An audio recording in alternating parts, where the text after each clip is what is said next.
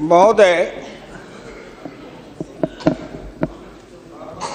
मैं अपने बोलने से पहले अपने दल के नेताओं को धन्यवाद देना चाहता हूं, आभार प्रकट करता हूं कि उन्होंने ये सामान्य चर्चा में, बजट के सामान्य चर्चा में मुझे बोलने का प्रथम अवसर दिया है। शहद से ही मैं गांव का किसान हूं, गांव में पैदा लिया, गांव में पला, गांव में बढ़ा। किसी तरह से राजनीति के धारा में चलते चलते यहाँ तक मैं पहुँच गया। लेकिन जब कभी मैं खड़ा होता हूँ तो मेरी नज़र वहीं रहती है। चौधरी चरण सिंह जब भारत के प्रधानमंत्री बने तब भी उन्होंने मुझे एक बार कहा था कि हुकुमचंद, भारत का प्रधानमंत्री हूँ, लेकिन दिन में एक बार मेरी नज़र अपने गांव में चली जाती है। वही कच्ची दीवार, फूस का छप्पर, वही कच्चा कुआं, वही गाय, वही भैंस, वही बकरी, वही ज्वार, वही बाजरा। तो जो जहाँ से पैदा लेके आता है, जिस संस्कार में पलता है, आप तो संस्कृत के भी विद्वान हैं अध्यक्ष जी, मनुष्य सब कुछ भूल जाएगा, लेकिन जिस संस्कार में पला है या बढ़ा है वो कभी भूल नहीं सकता है। तो मैं तो उसी संस्कार में पला हूँ, बढ़ा हूँ। मैंने गोबर देखा, मैंने बकरी की गिनती की, मैंने भैंस की गिनती की। अब संजोग से लोकसभा में आया हूँ तो वो आंकड़े की गिनती करनी पड़ती है। Fiscal deficit, revenue deficit. अब मेरे जैसा आदमी उसमें उलझ जाता है कि बकरी गिनूं कि भैंस गिनूं कि डिफिसिट गिनूं। यहाँ आके डेफिसिट गिनो, वहाँ बाद में गिनो। और हम तो केवल वही खोजते हैं। जैसे युद्ध के बाद, सीता माता के साथ युद्ध जीतने के बाद, लंका विजय के बाद, जब बानर भालू के बीच में मणि की माला वितरित की जा रही थी तो वो सब दाने को तोड़ तोड़ के बंदर देख रहे थे। सब हंस पड़े बड़े लोग कि आखिर बंदर बंदर तो है, ये माले क्यों तोड़ रहा है। पूछा कि तुम इस दाने को क्यों तोड़ रहे हो? तो कहा मैं इस हर दाने में सीताराम की मूर्ति देखना चाहता हूँ, और जिस दाने में सीताराम की मूर्ति नहीं हो मेरे लिए निरर्थक है। तो मैं तो बजट के हर पन्ना को पढ़ता हूँ तो देखता हूँ इसमें किसान कहाँ है, इसमें मजदूर कहाँ है, इसमें गांव कहाँ है, इसमें हमारे गाय भैंस के चारा दाना का कुछ है कि नहीं है, इसमें मेरे गांव की जो गरीब औरतें हैं जो खेत में काम करती हैं, पसीना बहाती हैं, मिट्टी पानी में सड़ती हैं, उनके शरीर से बदबू निकलता है। जीवन में कभी एक बार भी उनको लक्स और कौन रेक्सोना साबुन, कौन ये लिपस्टिक पाउडर, ये छूने का देखने का अवसर नहीं मिलता है। क्या उसकी दुनिया को इन्होंने देखा था? मैं उन्हीं से पूछना चाहता हूं। अब तो बड़ी बड़ी बात करते हो, आगे दिन पीछे गए, गुरु से किया न है तब पछतावा होत क्या, चिड़िया चुग गई खेत। जिस समय गांव को देखना था, किसान को देखना था, मजदूर को देखना था, गरीब को देखना था, पिछड़ा को देखना था, दलित को देखना था, गांव की सड़कों को देखना था, गलियों को देखना था, कुआं को देखना था, आपने देखा क्या? आप तो देखते रहे कहीं। ये दो हिंदुस्तान, एक हिंदुस्तान में दो हिंदुस्तान आपने बनाया। एक है भारत, एक है India, that is called Hindustan. आपने बनाया ना। मैं आज भी कहता हूं, अगर मेरे गांव के किसी को उठावे, आंख में पट्टी बांध दे, हिंदुस्तान के कहीं भी, उड़ीसा हो, बंगाल हो, कहीं हो, किसान को लावे, गांव में आंख पर पट्टी बांध दे और एक बार इंडिया गेट पर उसकी आंख को खोल दे, उसको लगेगा कि हम स्वर्ग में चले आए, कि बैकुंठ में चले आए, कि इंद्रपुरी चले आए। इतना का अंतर है। मैं 1977 में एमएलए बन के आया, इंडिया गेट के किनारे पैदल टहल रहा था, एक बड़ी गाड़ी में एक बड़ा कुत्ता जा रहा था, वो अपने मुंह को निकाल के जी लपलपाते जा रहा था। मैं गांव का आदमी खड़ा होकर सोचने लगा कुत्ता जरूर कुछ कह रहा है। मैं एमपी था, कभी दिल्ली देखा नहीं था, मेरे अंदर से आवाज आई कि कुत्ता कह रहा है क्या तू गांव का किसान, गरीब, मजदूर, पिछड़ा, दलित, तू क्या जन्म लेके करने आया है? तुझसे मैं सौभाग्यशाली हूं। देख, मैं ठंड गर्म गाड़ी में बैठा हूं, केक खाता हूं, ऑमलेट कटलेट खाता हूं, गद्दे पर सोता हूं। तुमने देखा हिंदुस्तान, तुमसे अच्छा मैं हूं।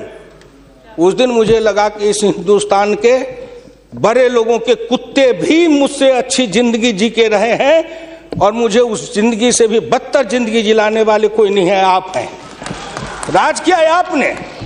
मैं आंदोलन किया, जेल में गया, जेल में सराया। आज भी पूर्वा हवा चलती है तो आपके पुलिस की लाठी से जो हड्डी में चोट है वो कहीं ना कहीं दर्द करने लगता है।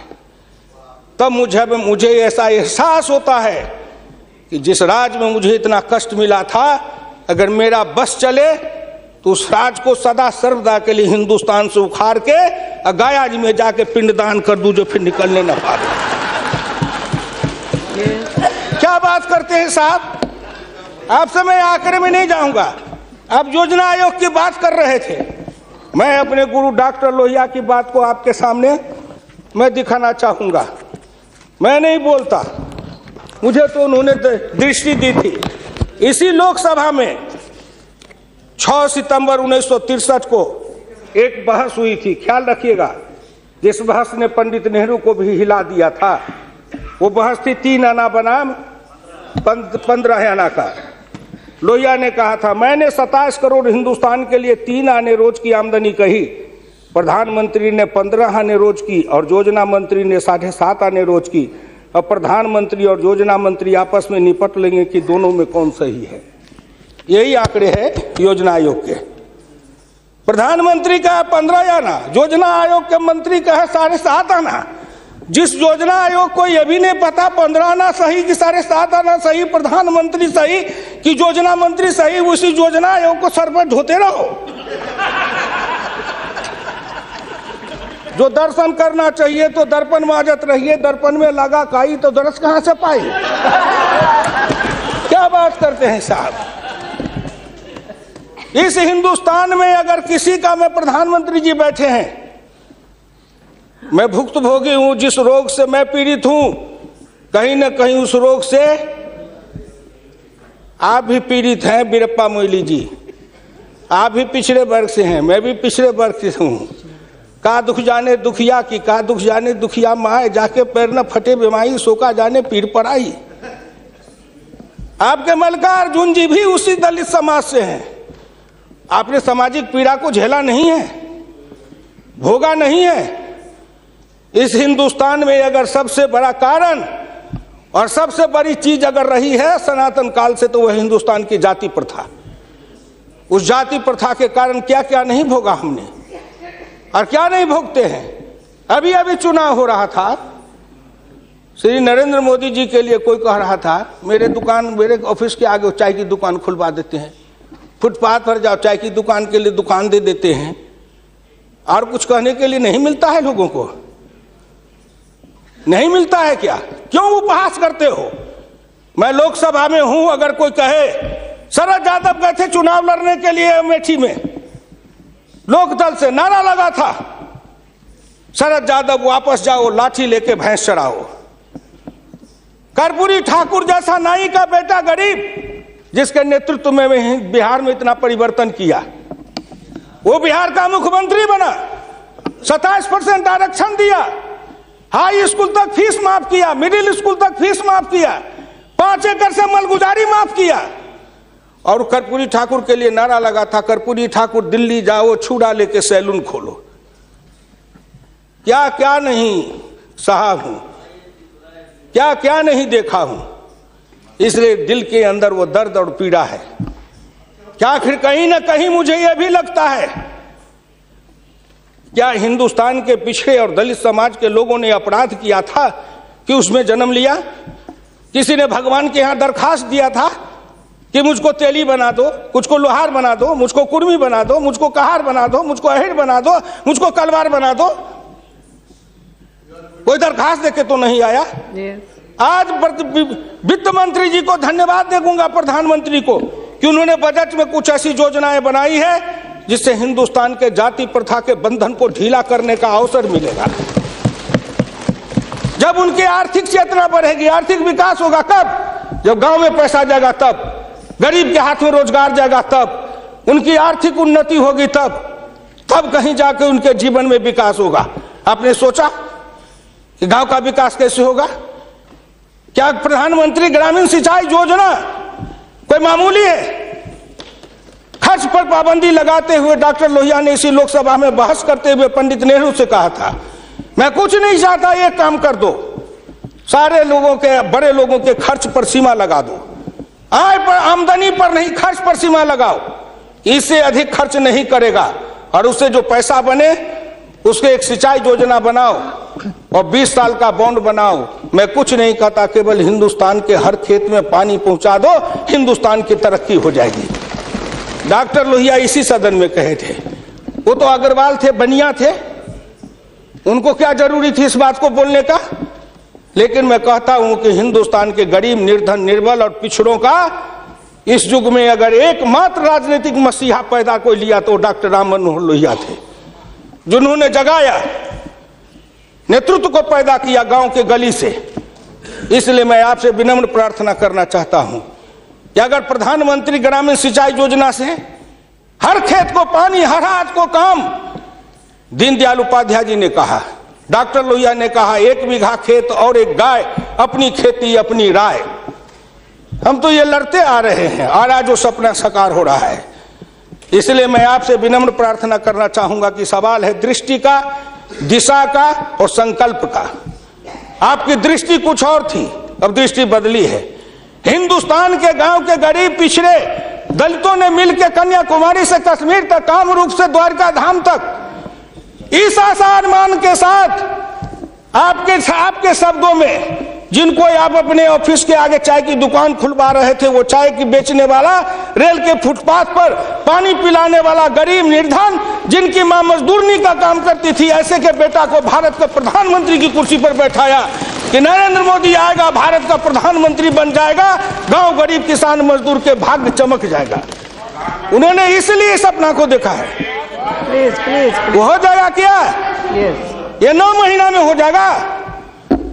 आप नेता बोलते थे, मैं सुन रहा था, मुलायम सिंह आदरणीय बोल रहे थे, मेरे साथी हैं, बरसों तक समाजवादी आंदोलन में लड़े, कि 9 महीना में तो बच्चा पैदा हो जाता है। मैंने कहा कितनी वैज्ञानिक बात कर रहे हैं, ये तो वैज्ञानिकता है, प्रकृति का नियम है, 9 महीना में बच्चा पैदा होता है। लेकिन जो बच्चा पैदा होता है, क्या वो बच्चा 9 महीना में फिर बच्चा पैदा कर देगा क्या?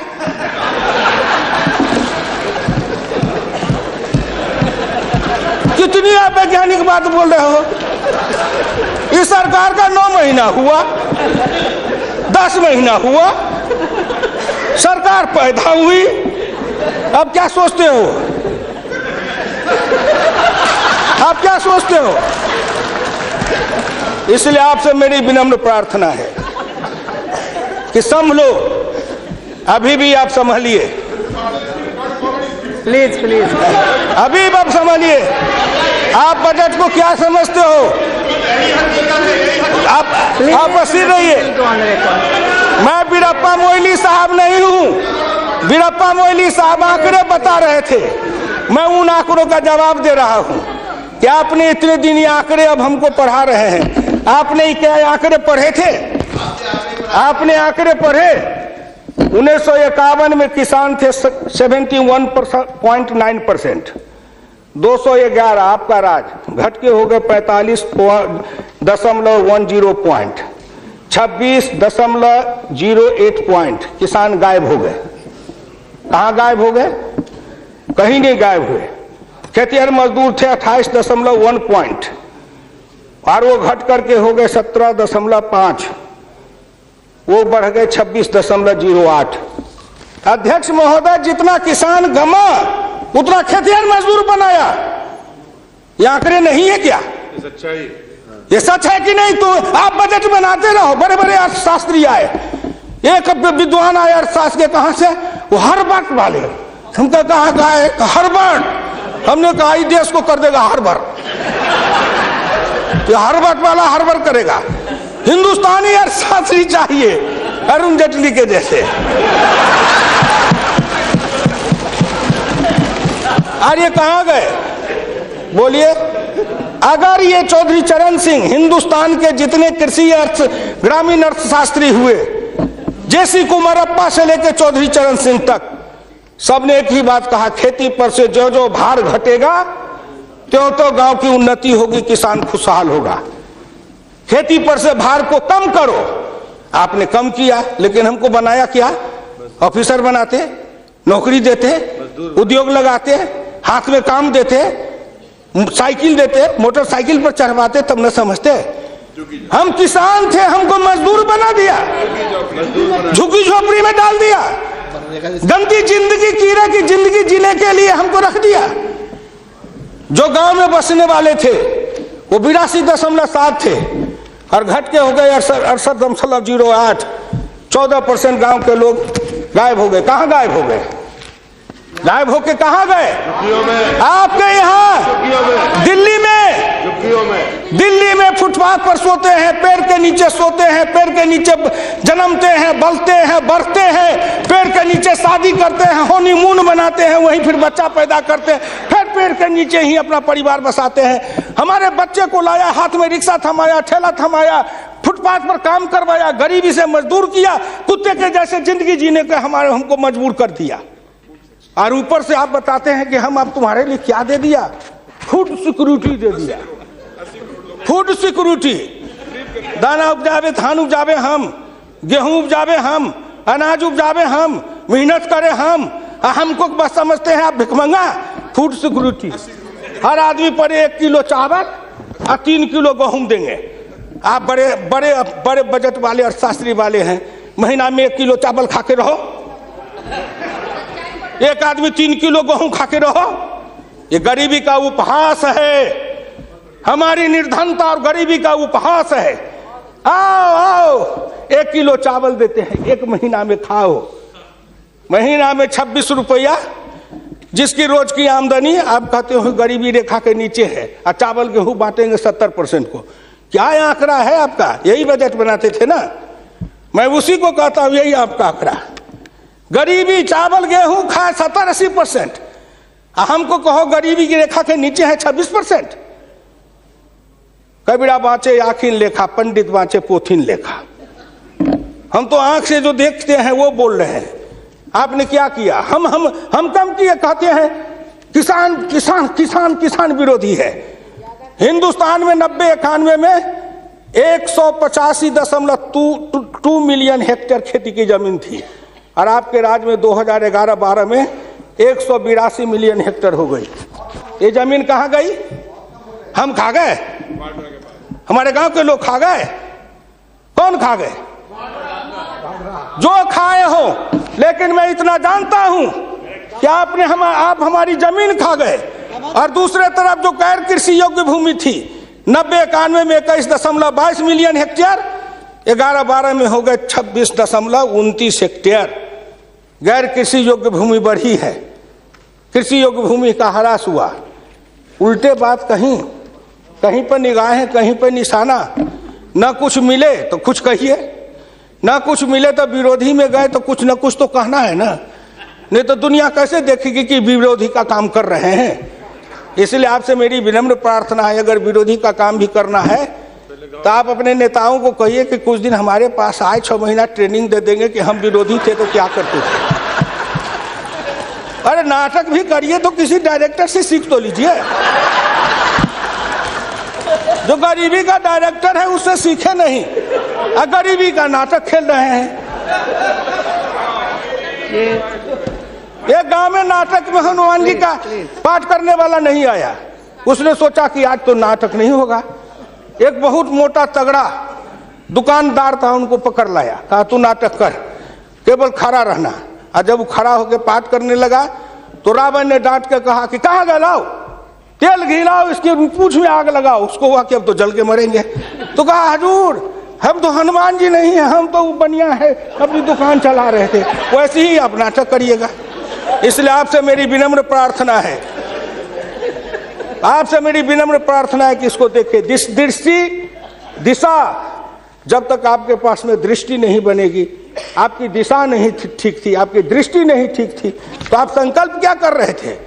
चलता है सब, आप कहे कि हम भी चले, आपका बजट चला, आपकी अर्थनीति चली, आर्थिक विषमता, सामाजिक विषमता, राजनीतिक विषमता, प्रशासनिक विषमता। क्या मैं पूछता हूं कि आपके किसी बजट से इन विषमताओं को अंत करने के लिए कोई काम किया? नहीं किया। इसलिए हमारे गुरु डॉक्टर लोहिया कहते थे कि हिंदुस्तान में जब तक जाति प्रथा है और जब तक इस जाति प्रथा का रोग रहेगा तब तक हिंदुस्तान का कल्याण नहीं होगा। भ्रष्टाचार के पीछे भी जाति प्रथा है। कोई माननीय प्रधानमंत्री बैठे हैं, हिंदुस्तान के अंदर किसी को अगर चाहेंगे कुछ कर दे, प्रधानमंत्री रहते हुए क्या है जो कर देंगे? जिस जात का सरकारी नौकर होता है, मैं भी इतने दिन तक 54 वर्ष रह के देखा, मंत्री रह के देखा, जिस जात का सरकारी नौकर, उसके ऊपर कलम उठाइए तो उसके जात का न जाने कहां से कहां सभी जगह से लोग आ जाते हैं उसको बचाने के लिए। जात पर हमला, अगर किसी बेईमान पर हमला है तो जात पर हमला, किसी भ्रष्टाचारी पर हमला है तो माना जाता है जात पर हमला है। इस जात को तोड़ने के लिए सबसे बड़ा कदम उठाना पड़ेगा। मैं वित्त मंत्री जी को धन्यवाद देता हूं, प्रधानमंत्री जी को, कि कुछ योजनाएं ऐसी आई हैं, लेकिन मैं एक प्रार्थना करूंगा। हमको कहते हैं कि आरक्षण की बात मैं कहता हूं शुरू दिन से, सदन सहमत हो और आप भी सहमत हो तो प्रधानमंत्री जी से कहूं कि तुरंत लागू करिए, लेकिन इसमें सहमति का सवाल है, राष्ट्रीय सहमति, सदन की सहमति, आपकी सहमति। सब आरक्षण मेरा खत्म कर दीजिए, लेकिन एक कर दीजिए, सरकारी नौकरी और सरकारी सेवा, इन दोनों के लिए अंतर जातीय विवाह को अनिवार्य करिए। न रहेगी जाति, न रहेगा बांस, न बजेगी बांसुरी, जातियां टूटेगी। अंतर जातीयता के कारण हिंदुस्तान में एक जाति बनेगी, वह जाति बनेगी भारतीय, वह जाति बनेगी मानव जाति। इन जातियों के रेखा को तोड़िए। इसके लिए अगर कर सकते हैं तो आप सहमत है तो बोलिए। आप कहते हैं गरीब और अमीर मिटा देंगे, लेकिन न्यूनतम और अधिकतम की रेखा तय कर यह सरकार करना चाहे, नरेंद्र मोदी जी चुटकी में कर देंगे, क्योंकि इनका क्या बिगड़ेगा? इनका कुछ नहीं बिगड़ेगा। नरेंद्र मोदी जी अगर न्यूनतम और अधिकतम की रेखा तय करेंगे तो इनका कुछ जाएगा, न परिवार का जाएगा, न बाल बच्चे का जाएगा, किसी का कुछ नहीं बिगड़ने वाला है। लेकिन चिल्लाने लगेंगे तो हम 100 से कम, न 1000 से ज्यादा, समाजवाद का यही तकाजा। बड़े समाजवाद की बात करते हैं। मैं ज्यादा समय नहीं लूंगा, मैं इनको समाजवाद की बात अपने गुरु डॉक्टर लोहिया की पढ़ के सुना दूंगा। और हमारे कुछ समाजवादी हैं, अब वो तथाकथित समाजवादी हो गए हैं। समाजवादी तो रहे नहीं, लेकिन तथाकथित हैं। आप मुझको कह देंगे कि आप भाजपा में चले गए, मैं भाजपा में क्यों आऊं? आपके ऐसे दल बने, इस दल के टुकड़े 1000 हुए, कोई यहाँ गिरे, कोई वहां गिरे। मैं कहाँ दौड़ा फिरता, मैं चला आया भाजपा में। मैं भारतीय जनता पार्टी के नेताओं को धन्यवाद देना चाहता हूं कि हुकुमदेव नारायण 3 बरस से ज्यादा किसी पार्टी को दुरुस्त नहीं रहने देता था। आज 20 बरस से भारतीय जनता पार्टी में अटल अटल खड़ा हूं। इस पार्टी में जब तक कोई ताकत नहीं है, अडवाणी जी में, अटल जी में, नरेंद्र मोदी जी में, इन सब लोगों में जब कोई गुण नहीं है, तो मेरे जैसे उदंड आदमी को 20 वर्ष तक अपने पिंजरे में रख लिया है, कोई साधारण योग्यता है? इस बात को समझो। मैं आखिरी में कहूंगा अध्यक्ष महोदय, समाजवाद हर किसी से अन्य सिद्धांत की तरह एक होता है थोक, एक होता है फुटकर, एक होता है सगुन, एक होता है निर्गुण, एक होता है सिद्धांत, एक होता है कार्यक्रम। समाजवाद से एक सीढ़ी नीचे उतरो, उस सीढ़ी का नाम है बराबरी। उस बराबरी से एक सीढ़ी नीचे उतरो। गौर करिएगा कौन कौन बराबरी? आर्थिक बराबरी, सामाजिक बराबरी, राजकीय बराबरी, धार्मिक बराबरी। उससे एक सीढ़ी और नीचे उतरो, तब उसके बाद आएगी समता, संपूर्ण समता, संभव समता। तब एक सीढ़ी और नीचे उतरो, तब अधिकतम और न्यूनतम की सीमा लगाओ। यह धार्मिक बराबरी की भी बातें भी की गई है। अगर हम धार्मिक बराबरी पर जी समाप्त करेंगे, अगर धार्मिक बराबरी पर मुझे कहा जाए तो मैं कहने लगूं तो कितनी अपनी पीड़ा सुना दूंगा कि धार्मिक बराबरी इस देश में कैसी है। उसके संबंध में मैं ज्यादा समय नहीं लेकर के केवल आपके सामने मैं सुना देना चाहूंगा। समन्वय दो तरह का होता है, एक दास का समन्वय, एक स्वामी का समन्वय। मैं नहीं कहता, महान समाजवादी अर्थशास्त्री डॉक्टर लोहिया ने इसी सदन में 26 मार्च 66 को कहा था। गौर से शब्दों को सुनिए। समन्वय दो तरह का होता है, एक दास का समन्वय, एक स्वामी का समन्वय। पिछले 1000 बरस के इतिहास से हिंदुस्तान ने स्वामी का समन्वय नहीं सीखा, वह एक दास का समन्वय रहा है। मैं तो श्री नरेंद्र मोदी से सरकार से कहूंगा कि 1000 साल से भारत दास भाव से सांस्कृतिक समन्वय में रहा है। अगर वो स्वामी भाव का समन्वय में भारत आना चाहता है तो क्या अपराध है। इसलिए उन्होंने कहा, इस संबंध में मैं खाली परदेशियों को ही दोष नहीं देता, उनके सबब से जितने भी इतिहासकार हैं वे सभी जहर में बिल्कुल घुल जाते हैं। आज भारत के 2 इतिहास के स्कूल हैं, एक डॉक्टर ताराचंद, एक डॉक्टर मजुमदार, एक और है जो दोनों के दोनों इसी समन्वय धारा के हैं, विविधता धारा के हैं। भारत क्या है उसको भूलकर भारत के जो विभिन्न अंग है उनकी तरफ निगाह चली जाती है। क्या बात करते हैं साहब। तो इससे मेरी विनम्र प्रार्थना है सदन से, अध्यक्ष महोदय, मैं हाथ जोड़ के प्रार्थना करता हूं सदन से भी, और इस लोकसभा के चैनल को हिंदुस्तान के करोड़ों लोग देख रहे हैं। मैं उन गांव के गरीबों, किसानों, मजदूरों से कहता हूं, गांव गरीब, मजदूर, किसान, पिछड़ा, दलित और नौजवान, मिलके देश बनाओ, आओ देश बनाएंगे। और नरेंद्र मोदी के प्रधान रहते हुए एक बार नहीं, अगर हिंदुस्तान में आपने जितने दिन रहा, एक बार में तो थोड़ी सी रेखाएं बनाई जाएगी, दूसरे बार में मिट्टी डालेंगे, तीसरे बार में तब न पिचिंग करेंगे। तो हमको भी आपको इतना समय दिया, तो मैं गांव गरीब, किसान, मजदूर, पिछड़े, दलित, इन सब से हाथ जोड़ के प्रार्थना नौजवानों से करना चाहता हूं, आओ कदम में कदम मिलाओ, मिलके हिंदुस्तान को बनाओ, सफर समता लाएंगे, आर्थिक समता, सामाजिक समता, राजनीतिक समता। अगर इन्होंने मुझको 12 रुपया महीना पर जीवन बीमा कर दिया तो बड़े लोगों का कलेजा फटने लगा कि 12 रुपया में सबको जीवन बीमा कर रहे हैं। खेत में काम करेंगे, बीमार पड़ेंगे, मरेंगे, तो हम जिम 1 रुपया, हाँ 12 रुपया साल, 12 रुपया साल, 1 रुपया महीना। तंबाकू का गुटखा भी खाते हैं तो 3 रुपया में मिलता है, उससे भी सस्ता जीवन बीमा इस सरकार ने दे दिया गरीबों को। करेजा तो इसलिए फट रहा है, करेजा में दर्द इसलिए है, इन्होंने जो और योजनाएं चलाई, गाय के पशुपालन के लिए, गाय के उत्थान के लिए योजना, इत्यादि इत्यादि कई योजना है, क्या गिनाऊं। हरि अनंत हरि कथन अनंत। मुद्रा बैंक बनाए, उसमें छोटी इकाई वाले को कर्जा देंगे, छोटी इकाई, वो छोटी इकाई का जो गांव वाला कर्जा खाएगा उसको किसको देंगे ये। इसलिए आपसे मेरी विनम्र प्रार्थना है कि 1 सेकंड में, 1 मिनट में इस बात को कह के खत्म करूंगा। राष्ट्रीय नमूना सर्वे के मुताबिक देश में 5.70 करोड़ उद्यमी हैं, इनमें 11 लाख करोड़ रुपए की पूंजी लगी हुई है, इनसे 12 करोड़ लोगों को रोजगार मिल रहा है। लेकिन इस क्षेत्र के उद्यमियों को पूंजी में कर्ज का हिस्सा केवल 4% है, जबकि अनुमान के अनुसार बीते 22 वर्षों में बड़े उद्योग में 50 से 60 लाख करोड़ रुपए की पूंजी लगी हुई है, इनसे मात्र 22 लाख लोगों को रोजगार उपलब्ध है। ये छोटे उद्योग, बढ़ई को, लोहार को, कुम्हार को, हजाम को, ये जो छोटे छोटे, ये जाति छूटेगी इससे। जाति आधारित हिंदुस्तान में पेशा है, और पेशा के आधार पर जाति बनाया गया। अब इन रोजगार के जरिए उनके हाथ को काम देंगे, उन छोटे उद्यमियों को रोजगार देंगे। इनके कलेजा में दर्द हो रहा है कि नरेंद्र मोदी आया है, मुद्रा बैंक बनाएगा, गांव के गरीबों के हाथ में रोजगार जाएगा।